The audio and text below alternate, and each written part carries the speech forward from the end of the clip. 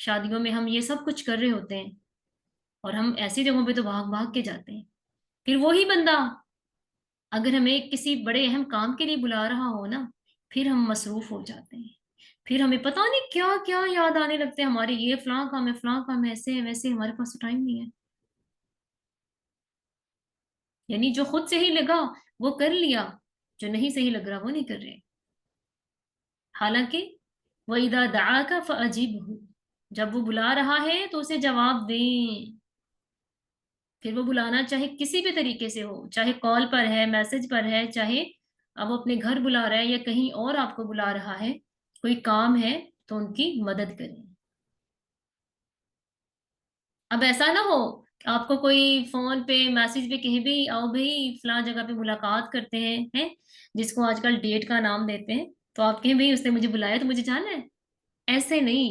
جو کام قطعی طور پر اسلام نے حرام کیے ہیں وہاں پر تو کسی کی بھی بات نہیں ماننی. پھر ان چیزوں کا خیال رکھنا ہے.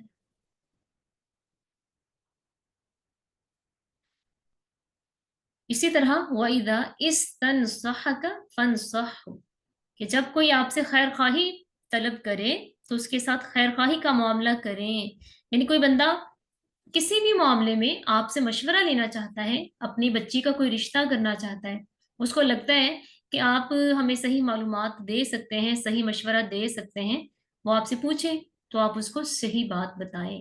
اسی طرح کوئی گھر خریدنا چاہتا ہے، کوئی جگہ خریدنا چاہتا ہے، وہ آپ سے مشورہ کرنا چاہتے ہیں کہ فلاں گھر یا فلاں جگہ اگر ہم خرید لیں کیا وہ صحیح ہوگا، کیا آپ کو کوئی معلومات ہیں اس کے بارے میں. تو ہمیں چاہیے کہ ہم ان کو، اگر ہمیں ہے تو اچھی رہنمائی کریں ان کی.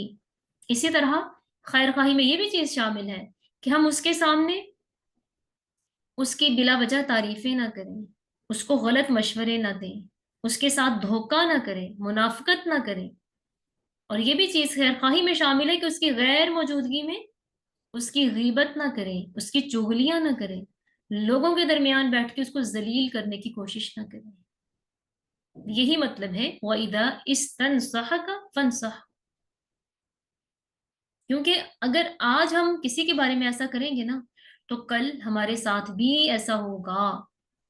بلکہ نبی اسلام نے فرمایا کہ جو شخص کسی شخص کو کسی ایسی جگہ پر ذلیل کرتا ہے جہاں پر اس کا ایک مقام ہے، اس کی عزت ہے، اور دوسرا بندہ اس کو وہاں ذلیل کر رہا ہے نا، تو نبی اسلام نے فرمایا کہ پھر اللہ کو کوئی پرواہ نہیں ہے کہ وہ بندہ اپنے گھر میں بھی ہو نا تو اللہ اسے وہاں بھی ذلیل کرتے ہیں.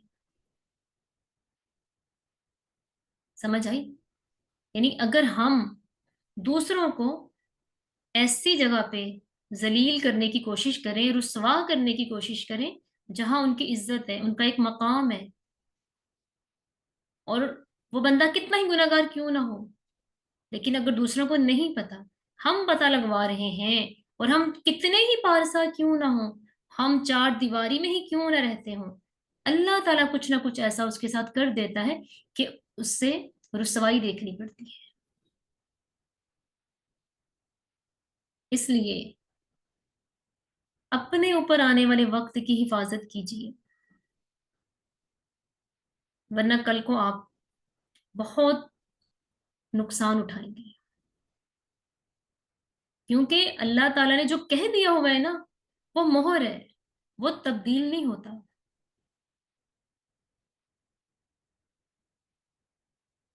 اسی طرح وَإِذَا عَطَسَ، جب وہ چھینک لے، فَحَمِدَ اللَّهَ، تو وہ الحمدللہ کہے، فَشَمِّتْهُ، تو اس کو جواب دو.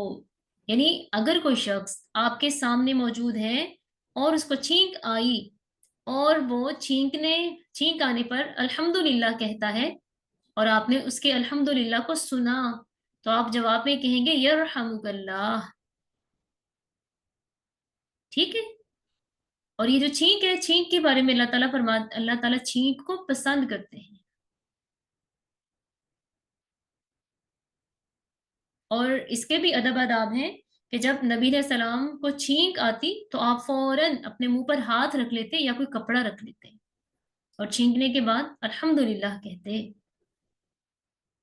اسی طرح جب کسی کو چھینک آتی ہے تو اگر وہ الحمدللہ رب العالمین کہے تو یہ زیادہ باعث اجر ہے، اور اس کے ساتھ مزید کلمات کا اضافہ الحمدللہ رب العالمین علی کل حال ما کان۔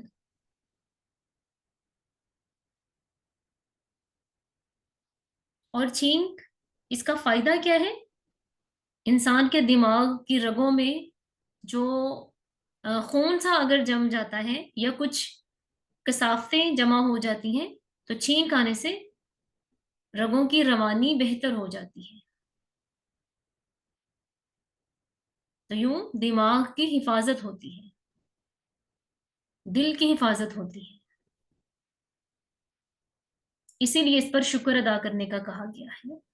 اللہ تعالیٰ کی بہت بڑی نعمت ہے نا پھر یہ، ورنہ خدا نہ خواستہ جب رگیں شریانیں دماغ کی بند ہوتی ہیں تو پھٹ جاتی ہیں، بندے کو فالج ہو جاتا ہے، دل کی رگیں بند ہو جائیں تو ہارٹ اٹیک آ جاتا ہے، اور ضروری نہیں ہے کہ ایسا ہونے سے انسان موقع پر مر ہی جائے، کتنی کتنی دیر لوگوں کو محتاجی کی زندگی گزارنی پڑتی ہے۔ اسی لیے چھینک آنے پر اللہ تعالیٰ کا شکر ادا کرنا ضروری ہے، اور اسی کے ساتھ ساتھ جب کوئی چھینکنے والا اللہ کا شکر ادا کرتا ہے، الحمدللہ کہتا ہے، تو اس کے جواب میں کیا کہنا ہے؟ یرحمک اللہ، اللہ تجھ پر رحم فرمائے۔ اور آپ نے فرمایا کہ 3 بار اپنے بھائی کی چھینک کا جواب دو، اگر 3 بار سے زیادہ ہو تو پھر یہ اسے بیماری ہے۔ ایسا ہوتا ہے بعض اوقات بندے کو نزلہ زکام سا ہوا ہوتا ہے تو بار بار بار بار چھینکیں آتی ہیں، تو تب بھی چھینک آنا کتنا ضروری ہے نا، اگر وہ چھینک نہیں نہ آئے تو یہ جو نزلہ زکام سا ہے نا، ریشہ سا جو بن جاتا ہے وہ اندر رگوں میں ہی جم جائے گا، چھینکنے سے رگوں میں حرکت پیدا ہوتی ہے تو رگیں کھلتی ہیں، تو واقعی اللہ کا شکر کرنا تو بنتا ہے، اور پھر ایسے بندے کو دعا دینی بھی بنتی ہے کہ اللہ تجھ پر رحم کرے، کہ تیرے دل کی، تیرے دماغ کی شریانیں یہ بند نہ ہو، اللہ حفاظت فرمائے۔ وَإِذَا مَرِضَ فَعُودْهُ، پھر جب وہ بیمار ہو جائے تو تم اس کی عیادت کرو۔ دیکھیں عیادت کرنا کیوں ضروری ہے؟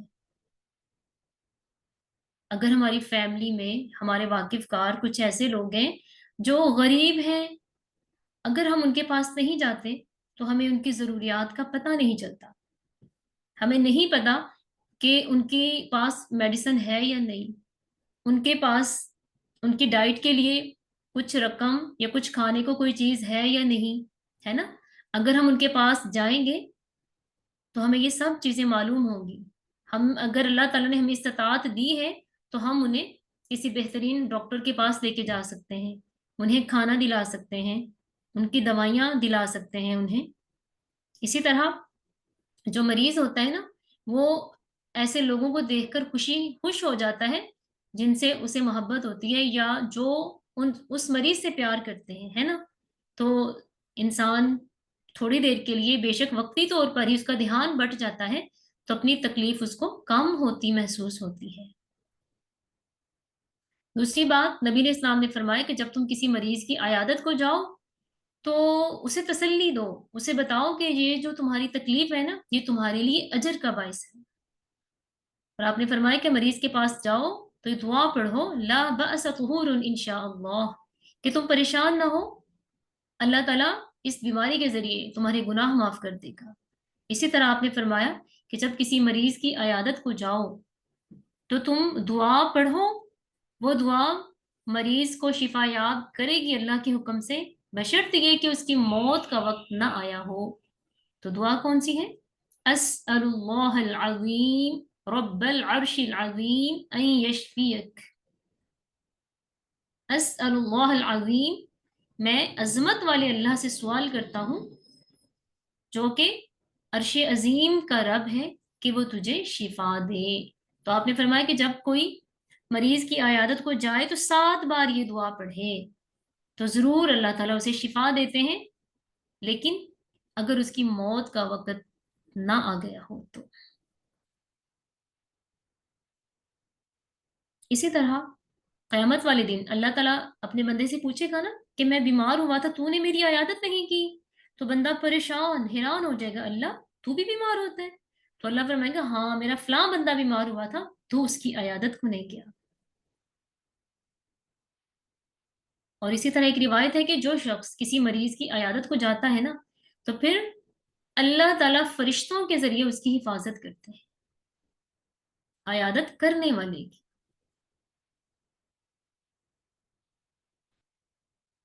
تو کتنا ضروری ہے نا کسی مریض کی عیادت کرنا۔ پھر ہے وَإِذَا مَاتَ فَاتْبَعَهُ، کہ جب وہ مر جائے تو اس کے جنازے کے پیچھے چلو، یعنی جب اس کا جنازہ ہو تو تم بھی جنازے میں شریک ہو۔ کیوں؟ کیونکہ جنازے میں دعائیں کی جاتی ہیں نا، تو اس کی دعا میں آپ کو بھی شریک ہونا چاہیے۔ ہم آج کسی کے لیے دعا کریں گے تو کل کوئی ہمارے لیے کرے گا نا۔ اس لیے میں تو یہ کہتی ہوں جب بھی دعا کریں پوری امت مسلمہ کے لیے دعا کریں، چاہے آپ زندوں کے لیے کر رہے ہیں چاہے مرحومین کے لیے کر رہے ہیں، اپنے ساتھ ساتھ سبھی کے لیے، ساری امت مسلمہ کے لیے دعا کریں۔ کل کو انشاءاللہ ایسے ہی کوئی نہ کوئی ہمارے لیے بھی کوئی دعا کرنے والا ہوگا۔ اور پتہ ہے انسان کے مرنے کے بعد نا اسے اپنے پیچھے والوں کی دعاؤں کی ضرورت ہوتی ہے۔ کس دعا کی؟ دعائے مغفرت کی۔ آج ہم کسی کے لیے کریں گے نا تو کل اللہ تعالیٰ خود ہی لوگوں کے دلوں میں بھی ہمارے لیے دعا کرنا ڈال دے گا۔ تو یہ ہے ایک مسلمان کے دوسرے مسلمان پر حقوق جن کی ادائیگی ضروری ہے، یعنی جو ایک کا حق ہوتا ہے نا وہ ہمیشہ دوسرے کا فرض ہوتا ہے، تو فرائض کو ادا کرنا یہ بہت زیادہ ضروری ہے۔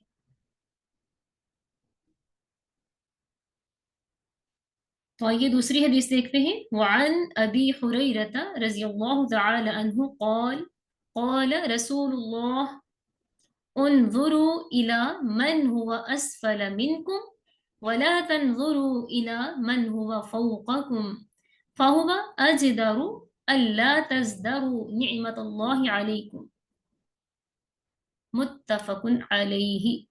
متفق علیہ کا معنی ہوتا ہے اس روایت پر اتفاق ہے۔ کس کا اتفاق ہے؟ امام بخاری اور امام مسلم کا، یعنی یہ حدیث بالکل درست ہے۔ کیا معنی ہے اس حدیث کا؟ قال رسول اللہ، آپ صلی اللہ علیہ وسلم نے فرمایا، انظروا تم دیکھو، الی من اس کی طرف جو ہوا اسفل جو نیچے ہے، منکم تم سے، ولا تنظروا اور نہ تم دیکھو، الی من ہوا اس کی طرف جو فوقکم تم سے اوپر ہے۔ کیا مطلب؟ یعنی دنیاوی لحاظ سے تم ایسے بندے کو نہ دیکھو جس کے پاس نعمتیں تم سے زیادہ ہیں، بلکہ ایسے بندے کو دیکھو جس کے پاس تم سے کم نعمتیں ہیں۔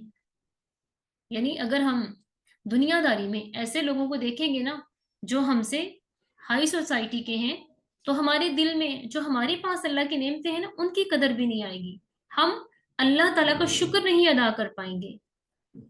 تو اگر ہم اللہ کا شکر نہیں ادا کر پائیں گے تو ناشکری خود بخود ہی ہو جاتی ہے۔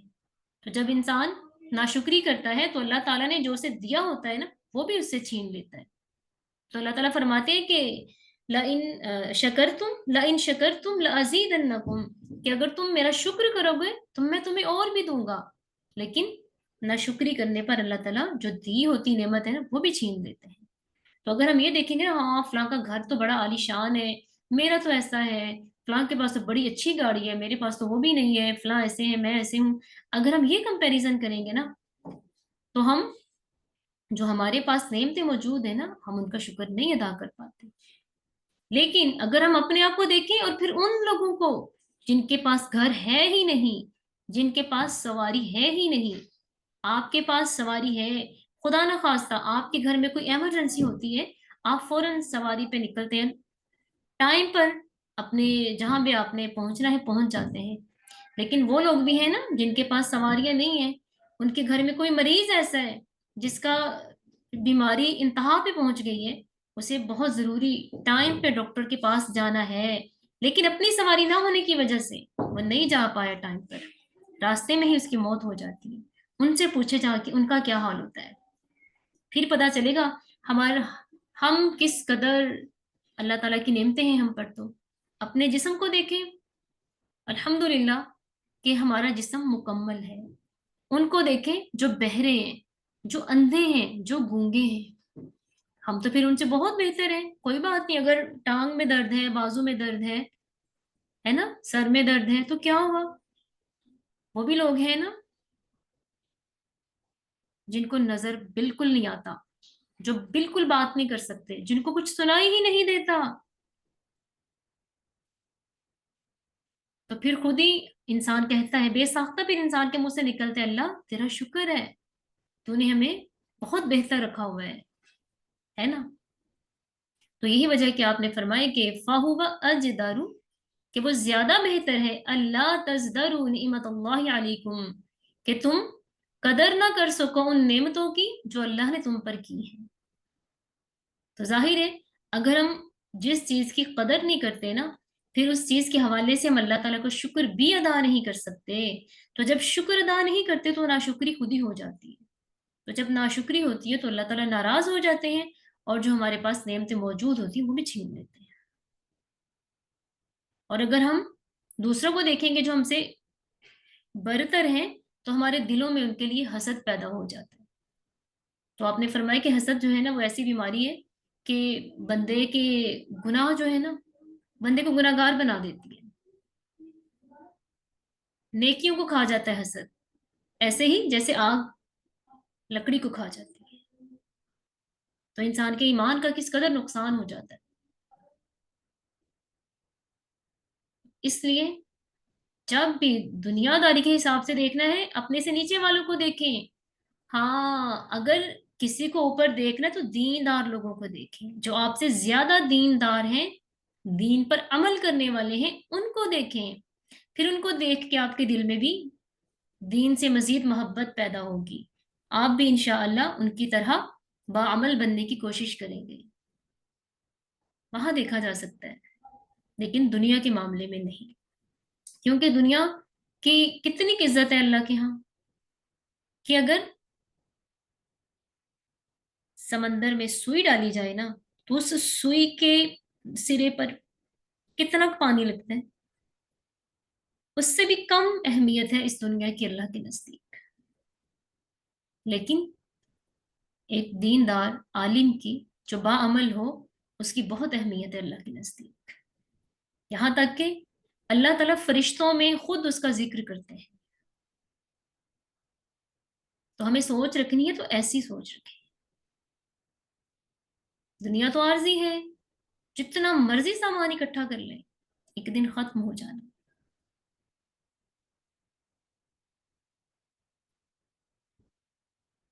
اگلی حدیث دیکھتے ہیں، وعن النواس بن سمعان قال سألت رسول الله صلى الله عليه وسلم عن البر والإثم فقال البر حسن الخلق والإثم ما حاك في صدرك وكرهت أن يطلع عليه الناس۔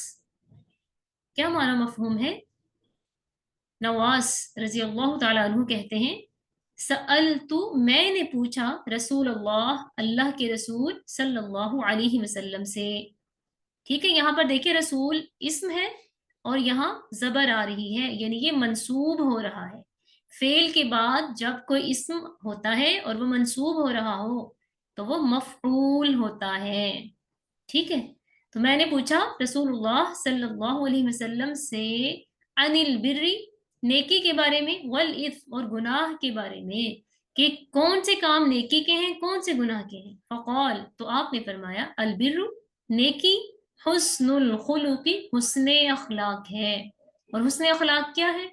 ہر وہ کام جس کو کرتے وقت انسان ڈرے نہ، اس کو اپنے دل میں کوئی چور محسوس نہ ہو، ایسا کام نیکی ہے، والاثم، اور گناہ، ما حاک فی صدرک، ما حاک، جو کھٹکے، فی صدرک، تیرے سینے میں، وکریہتا اور تو ناپسند جانے ان یطلع کہ اطلاع مل جائے علیہ اس پر الناس لوگوں کو، یا لوگوں کو اس کا پتہ چل جائے۔ یعنی آپ نے فرمایا نیکی ہر وہ کام ہے جس کو کرتے وقت تم مطمئن رہو، تمہارے دل میں کوئی شک شبہ نہ پیدا ہو اس کے بارے میں کہ میں یہ کام کر لوں کہ نہ کروں، صحیح ہے یا نہیں صحیح ہے نا، تو یہ کام نیکی ہے۔ لیکن گناہ کیا ہے؟ ہر وہ کام جس کو کرتے وقت یہ سوچنا پڑ جائے کہ یہ صحیح بھی ہے یا نہیں، یا ہم کہتے ہیں یہ فلاں کام کوئی نہیں، اس کے بارے میں کوئی اتنی سخت وعید تو نہیں آئی، تو خیر ہے کر لیتے ہیں، تو یہ چیز بھی گناہ ہے۔ اور اسی طرح اگر کوئی کام ہے ہم وہ کرنا چاہ رہے ہیں لیکن ہم یہ چاہتے ہیں کسی کو بھی نہ پتا چلے، اور ہمیں خود بھی سمجھ نہیں آ رہی کہ کروں کہ نہ کروں، اگر کر لوں تو اللہ تعالیٰ کہیں ناراض نہ ہو جائیں، لوگوں کو پتا چل گیا تو وہ باتیں کریں گے، تانے دیں گے، ہے نا، تو ایسا ہر کام گناہ ہے، اس سے بچنا ہے۔ نبی علیہ السلام نے فرمایا کہ جو کام مشتبہ ہو جائے اس سے بچو، اس کو چھوڑ دو، یعنی جس میں تمہیں خود ہی شک پڑ جائے کہ یہ صحیح ہے یا نہیں صحیح، کرنا چاہیے یا نہیں کرنا چاہیے، اور جس کے کرنے پر یہ ہو کہ جس کو بھی پتا چلے گا سبھی لوگ اس کو برا سمجھیں گے، کوئی بھی اس کی حمایت نہیں کرے گا ایسے کام کی، تو پھر وہ کام گناہ ہے۔ باقی اللہ تعالیٰ نے انسان کو اتنی سمجھ دے رکھی ہے کہ وہ گناہ اور نیکی میں فرق کر سکے، کیونکہ یہ اختیار اللہ تعالیٰ نے انسان کو دیا ہوا ہے۔ جی اب ہم دیکھتے ہیں سرگوشی کے حوالے سے کیا حکم ہے۔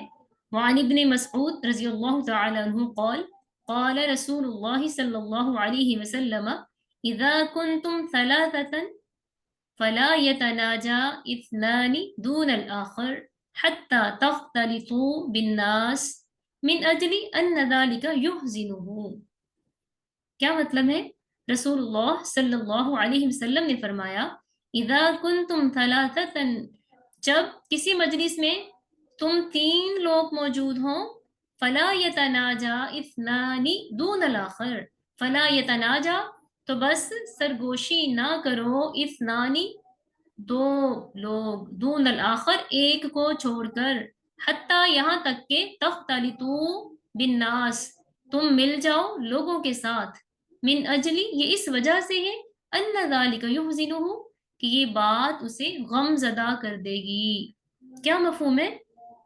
کہ اگر کہیں پر تین لوگ جمع ہیں تو وہ تین لوگ ان کو چاہیے کہ ان میں سے دو لوگ ایک کو چھوڑ کر دو آپس میں سرگوشی نہ کریں، آپس میں ایک دوسرے کے کانوں میں بات نہ کریں، یعنی اس طرح سے نہ بات کریں کہ تیسرے کو سنائی نہ دے، تیسرے کو اپنی بات میں شامل نہ کریں، یہ چیز منع ہے، کیونکہ ایسے اسے محسوس ہوگا کہ شاید یہ میرے بارے میں کوئی پلاننگ کر رہے ہیں، شاید میرے بارے میں ایک دوسرے کو میری برائیاں بتا رہے ہیں، پھر یہی ذہن میں آتی ہے چیز۔ ظاہر ہے اگر آپ تین لوگ ہو، دوست ہو تینوں، پھر آپ ایک کو چھوڑ کے دو آپس میں بات چیت کرو گے نا تو تیسرا یہی سمجھے گا، اور وہ یہ چیز اس کو بہت زیادہ پریشان کرے گی، اس کو شرمندہ کر دے گی، اور آپ کی محبت بھی اس کے دل سے کم کر دے گی، آپ کا احترام کم کر دے گی۔ ہاں آپ نے یہ فرمایا کہ اگر اس کے ساتھ کوئی اور بھی آ جائے پھر تم اس کے ساتھ بات، آپس میں دو لوگ بات کر سکتے ہو۔ جیسے ایک صحابی تھے، ان کے ساتھ دو لوگ تھے، اب انہوں نے ان میں سے ایک کے ساتھ بات کرنی تھی، ایک کے ساتھ نہیں کرنی تھی، تو انہوں نے وہاں پر ایک اور شخص کو بلایا، ٹھیک ہے، تو پھر وہ بھی دو ہو گئے، تو پھر انہوں نے جس کے ساتھ بات کرنی تھی اس کے ساتھ بات کی۔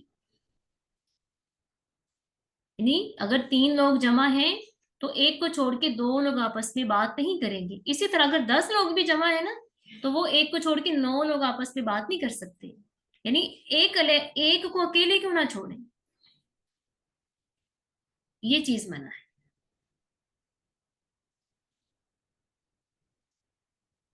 اگلی حدیث ہے وعن ابن عمر رضی اللہ تعالی عنہما قال قال رسول اللہ صلی اللہ علیہ وسلم لا يقیم الرجل الرجل من مجلسه ثم يجلس فيه ولكن تفسحوا وتوسعوا۔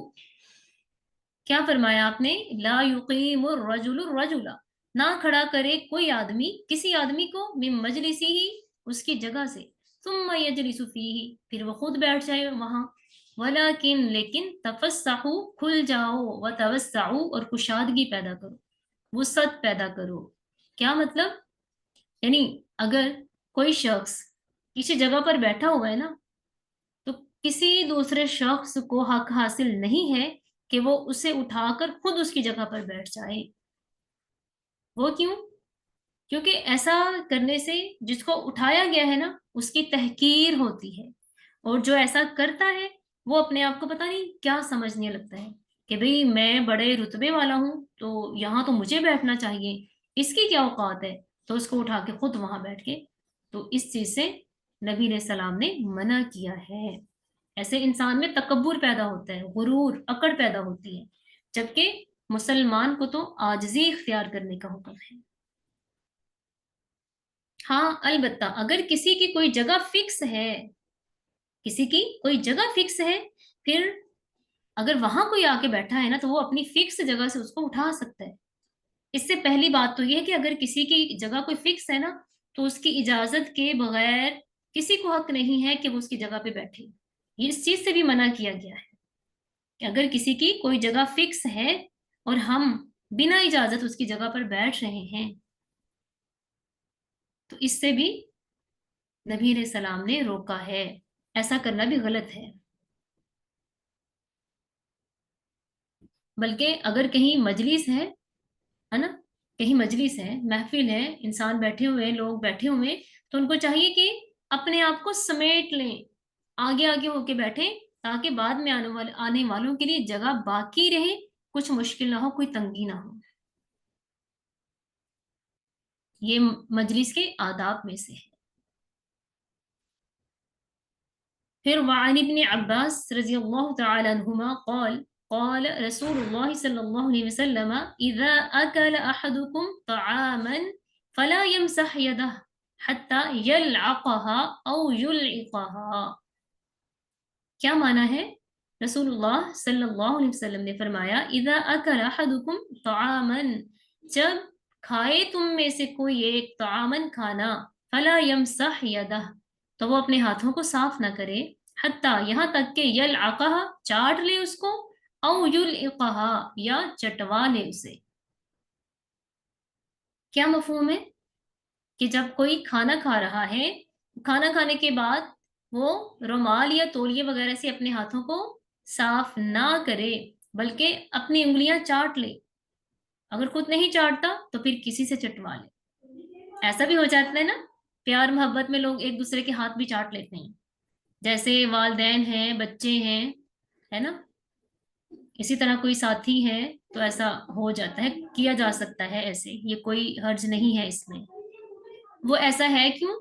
کیونکہ نبی علیہ السلام نے فرمایا کہ آپ نہیں جانتے کہ کھانے کے کس ذرے میں برکت ہے۔ ایسا نہ ہو کہ آپ نے کھانا کھایا اور ایسے ہی اٹھ کے ہاتھ صاف کر لیے، تو جو برکت والا حصہ تھا وہ آپ کے ہاتھوں پہ لگا رہ گیا، تو آپ کو اس کھانے کا کوئی فائدہ نہیں ہوگا۔ اور چاٹنے کا فائدہ کیا ہوگا کہ وہ جو برکت والا ذرہ ہے وہ آپ کے اندر جائے گا، وہ آپ کو بیماریوں سے محفوظ کرے گا، وہ آپ کے کھانے کو ہضم کرنے میں مدد دے گا، اس سے آپ کو پیٹ کی بیماری نہیں ہوگی۔ اور آپ نے یہ بھی فرمایا کہ اگر کوئی خود اپنی انگلیاں نہیں چاٹنا چاہتا، کوئی دوسرا بھی نہیں چاٹنا چاہتا، یا کسی سے چٹوانا نہیں چاہتا، تو پھر یہ جو بکریاں وغیرہ ہیں ان کو بھی چٹوایا جا سکتا ہے، تاکہ جو کھانے کی برکت ہے نا وہ ضائع نہ ہو، چلو وہ بکریوں کو مل جائے، جانوروں کو مل جائے، ٹھیک ہے۔ وعن ابی ہریرہ رضی اللہ تعالی عنہ قال قال رسول اللہ صلی اللہ علیہ وسلم لیسلم الصغیر، یہ والی حدیث بھی بہت زیادہ اہم ہے، لیسلم الصغیر علی الکبیر والمار علی القاعد والقلیل علی الکثیر، متفق علیہ، وفی روایت لمسلم والراکب علی الماشی۔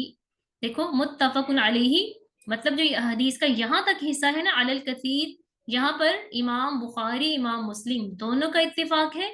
پھر جو اگلی بات ہے والراکب علی الماشی، یہ صرف امام مسلم نے بیان کیا ہے یہ بھی ٹھیک، صحیح۔ کیا معنی ہے؟ رسول اللہ صلی اللہ علیہ وسلم نے فرمایا لی یسلم الصغیر علی الکبیر، چھوٹے کو چاہیے کہ بڑے کو سلام کرے، والمار علی القاعد، والمار چلنے والے کو چاہیے بیٹھے ہوئے کو سلام کرے، والقلیل اور کم تعداد والوں کو چاہیے علی الکثیر زیادہ تعداد والوں کو سلام کریں۔ اور مسلم نے کیا کہا، والراکب علی الماشی، اور سوار پیدل چلنے والے کو سلام کرے۔ کیا مفہوم ہے اس حدیث کا؟ آپ نے فرمایا کہ جو چھوٹے بچے ہیں نا ان کو چاہیے کہ وہ بڑوں کو سلام کریں۔ وہ کیوں؟ کیونکہ چھوٹوں کو حکم ہے کہ وہ بڑوں کی عزت کریں، ان کا ادب و احترام کریں، ان کی توقیر کریں، اس لیے چھوٹوں کو حکم ہے کہ وہ بڑوں کو سلام کریں۔ اسی طرح والمار علی القاعد، چلنے والا بیٹھے ہوئے کو سلام کرے۔ وہ کیوں؟ اس لیے کہ چلنے والے سے مراد اگر کوئی کہیں بیٹھا ہوا ہے اور وہاں لوگ آ جا رہے ہیں نا، تو جو بیٹھا ہوا شخص ہے نا اس کو بار بار دیکھنا پڑے گا آنے جانے والوں کو، تو اس کو مشکل ہوتی ہے، لیکن آنے جانے والوں کو مشکل نہیں ہوتی دیکھنے میں، تو ان کو زیادہ آسانی ہوتی ہے، اس لیے ان کو کہا گیا ہے کہ وہ بیٹھے ہوئے لوگوں کو سلام کریں گے۔ اسی طرح والقلیل علی الکثیر، اور کم تعداد والے زیادہ والوں کو سلام کریں گے۔ دیکھیں اللہ تعالیٰ نے کیسے کیسے رتبے بنائے ہیں، کتنی زبردست یہ ترتیب رکھی گئی ہے کہ چھوٹا بڑے کو سلام کرے، پیدل چلنے والا بیٹھے ہوئے کو سلام کرے، تھوڑی تعداد والے زیادہ تعداد والے کو سلام کرے، اور اسی طرح سوار پیدل چلنے والے کو۔ وہ کیوں؟ دیکھو ایک تو سوار ہے نا، اس کے پاس سواری ہے، دوسرا بندہ پیدل جا رہا ہے، تو اس لیے کہ کہیں جو سواری والا ہے نا اس کے دل میں کوئی تکبر نہ پیدا ہو کہ بھی میرے پاس تو سواری ہے اور یہ تو پیدل جا رہا ہے، اس کی کیا اوقات ہے نا، یہ تو غریب بندہ ہے۔ پھر اسی کو سلام کرنے کا حکم ہے تاکہ تکبر نہ پیدا ہو، عاجزی رہے۔ اگر پیدل چلنے والا اس کو حکم ہو کہ سواری والے کو سلام کرے نا، تو پھر واقعی تکبر آ جاتا ہے کہ ہاں بھائی میرا تو روب ہے نا بڑا، میرے پاس یہ چیز ہے نا، اسی کا روب ہے اس پر میرا۔ تو چونکہ اسلام عاجزی کا حکم دیتا ہے، عاجزی اختیار کرنے کا حکم دیتا ہے، کسی کی بھی عزت احترام اس کے ساتھ کھیلنے کی اسلام نے اجازت نہیں دی، ہر کسی کا احترام ہے۔ اللہ کے ہاں تو دنیاوی لحاظ سے کوئی معیار نہیں ہے، اللہ کے ہاں اگر کسی کا معیار ہے تو تقوی کے ساتھ ہے کہ ان اکرمکم عند اللہ اتقاکم، کہ تم میں سے عزت والے اللہ کے ہاں وہی ہیں جو تقوی والے ہیں۔ اور تقوی والے کون ہوتے ہیں؟ جن میں عاجزی ہوتی ہے، انکساری ہوتی ہے، جو دوسروں کو حقیر نہیں سمجھتے، ایسے لوگ جو اسلام کو فالو کرتے ہیں وہی متقین ہیں۔ اللہ تعالیٰ سے دعا ہے اللہ تعالیٰ ہم سب کو ہی متقین کی صف میں شامل کرے، آمین۔